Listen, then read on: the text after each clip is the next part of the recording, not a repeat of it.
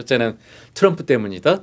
트럼프가 이제 북미 협상 과정에서 이제 북한이 조금 이제 강경 입장을 보일 때마다 알고 보면 꼭 시진핑하고 김정은하고 회담을 하고 나고 나서 김정은이 약간 좀 강경 입장으로 돌아선 걸 보고서 시진핑이 혹시 방해를 하는 것이 아니냐, 그래서 시진핑이 뒤에 있다 뭐 이런 말을 해가지고 그걸 공개적으로 이렇게 약간 힐난식으로 중국이 이런 협상 과정을 방해하면 안 된다 그래서 그거 이제 부담을 느껴가지고 중국이 이제 좀 이렇게 이런 북미 회담에 이제 스포일러 방해자가 안 되기 위해서 조용히 있다 이런 이제 이론이 있고, 제가 보는 시각은 이거하고 좀 틀리게 중국은 결국은 자기의 이익에 맞춰서 행동하게 되는 것이고, 그리고 중국은 현재 돌아가는 큰 그림이 중국의 전략에 부합하기 때문에 저는 중국이 그냥 뒷짐지고 가만히 있다라고, 한반도에 특히 북한 문제에 있어서 오라는 것이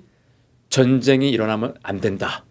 그리고 군사적인 옵션이 아니라 대화 협상으로 풀어야 된다. 그러니까 지금 작년까지만 해도 우리가 한반도에 전쟁 얘기하고 있다 지금 평화를 얘기하고 있잖아요. 그러니까 전쟁에서 멀어졌죠. 중국의 이익에 부합하고. 제가 볼 때는 주도권을 갖고 있는 건 북한입니다.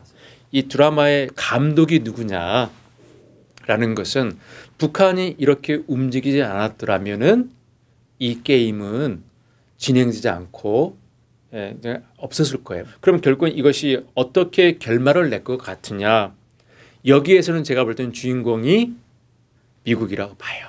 왜냐? 결국 북핵 협상에서 북한이 이 평화 협상에서 결국은 피스 트리티, 뭐 평화 협정, 그리고 미국과 국교 수립, 이런 뭐 평양의 연락사무소 개설, 이런 여러 가지 종전선 여러 가지가 있는데 결국 이런 것을 받아내려는 상대가 결국 파트너가 미국이기 때문에 드라마를 시작한 것은 북한, 그 드라마를 아주 그냥 유연하게 흘러가도록 기름칠을 하는 것은 한국의 문재인 대통령, 그리고 드라마가 아름답게 해피엔딩으로 함에 있어서는 미국의 역할이 저는 필요하다고 보고 있습니다.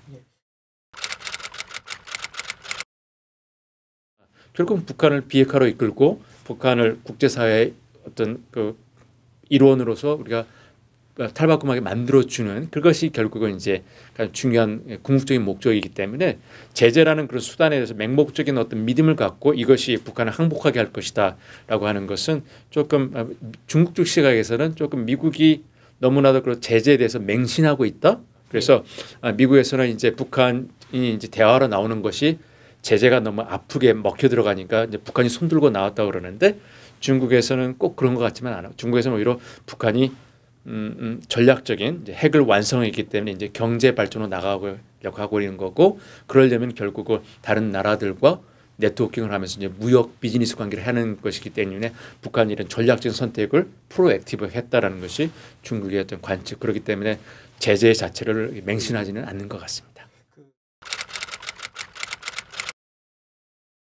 그리고 중국하고 북한 사이는 약 1,440km의 긴 그런 국경이 있고, 그것은 이제 강처럼 넓어서 수영을 하기도 좀 벅찬 것도 있지만은 개울처럼 조금 건너갈 수도 있고, 심지어는 이런 그 철조망이 없는 것도 많이 있거든요. 그렇기 때문에 거기서는 마음만 먹으면은 결국은 밀수는 막을 수 없는 너무나도 그런 구조적인, 산세도 험하고 직접 저도 뭐 열흘 동안 가보고 막 돌아왔습니다만 그런 구조가 있고, 또 한 가지 제가 볼 때는 지방 정부가 생각하는 지역 경제 발전 차원, 특히 북한하고 이렇게 국경을 마주보고 있는 랴오닝 그리고 해룡장, 그리고 길림성, 질림 프로빈스, 이런 것들은 결국은 국토 지역은 주변에 있는 그런 도시들하고 지역하고 비즈니스를 하고 무역을 하고 장사를 해야지 경제가 발전한 건데 주변에 있는 곳이 바로 북한이거든요. 그렇기 때문에 이런 것은 결국은 북한하고 비즈니스 해야 되는 어떤 숙명적인 관계라 할까요? 북한의 경제의 어떤 숨통이라고 할까요? 비유적인 표현을 하면 숨통은 더욱더 조여줬는데, 적어도 강을 건너서 중국 쪽 국경에서 쭉 따라가면서 관찰한 것은 북한 쪽 경제가 더 좋아졌다는 거예요. 집이 더 많아졌고, 어린이라든지 사람들이 2년 전에 조금 더 뭐랄까 좀 영양이 좀 홀쭉했었다고 할까요? 더욱더 영양세도 좋아 보이고, 집도 좋아지고, 그리고 거기에다 있는 어떤 차들, 자동차들 숫자도 많아졌고 전반적으로 경제가 제재 국면에서도 더욱더 좋아지고 있다라는 것을 저도 의아하게 생각했고 저랑 같이 갔던 다른 연구자들도 의아하고 그래서 이것 때문에 우리가 토론할 정도로 그만큼 이제 북한 내부 자생적으로 시장 활동이 활성해지고 있다는 것이고